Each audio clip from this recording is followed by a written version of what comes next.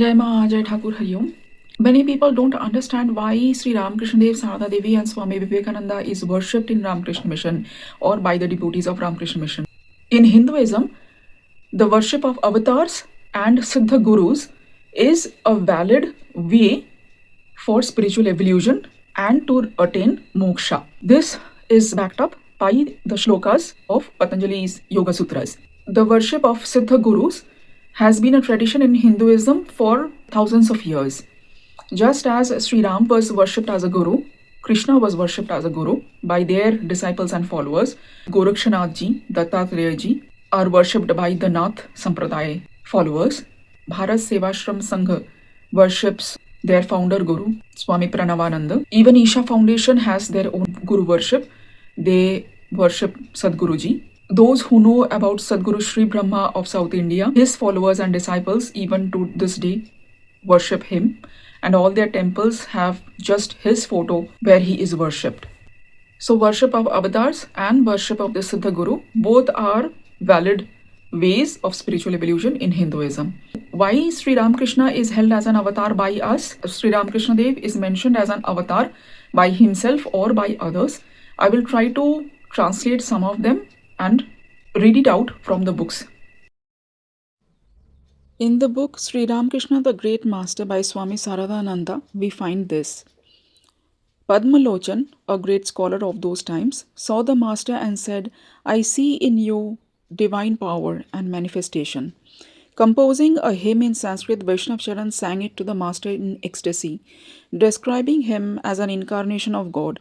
Similarly, Gauri Pandit, another scholar and sadhaka, when he saw the master, said to him, I see tangibly realized in you all the high spiritual states recorded in the scriptures, read by me. Besides, I see in you the manifestation of such exalted states as are not recorded in them. Your state has far transcended those mentioned in the Vedas, Vedantas, and the Shastras. You are not a mortal being. The reality from which incarnations originate is there in you. In the book The Gospel of Sri Ramakrishna, we find him saying, I saw Satchidananda come out of this sheath. It said, I incarnate myself in every age. And a while later he says again, addressing M, I saw that it is the fullest manifestation of Satchidananda, but this time the divine power is manifested through the glory of Sattva.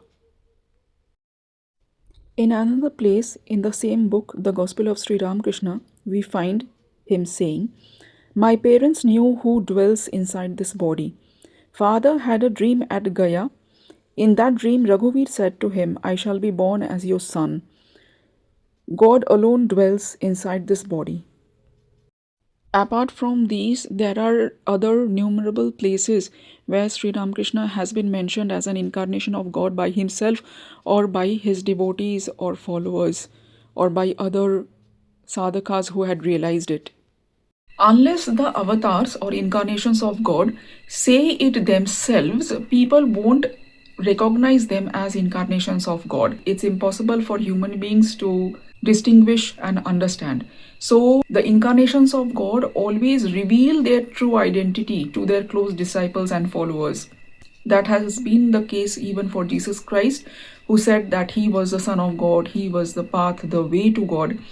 So also Krishna said that to surrender only to him, to take refuge only in him, to worship only him, and he will deliver one, the sadhaka, from all sins and give salvation. Every incarnation of God reveal themselves to their close disciples or followers. Otherwise, it's impossible for human being to distinguish between a Siddha Sadhaka and an incarnation of God.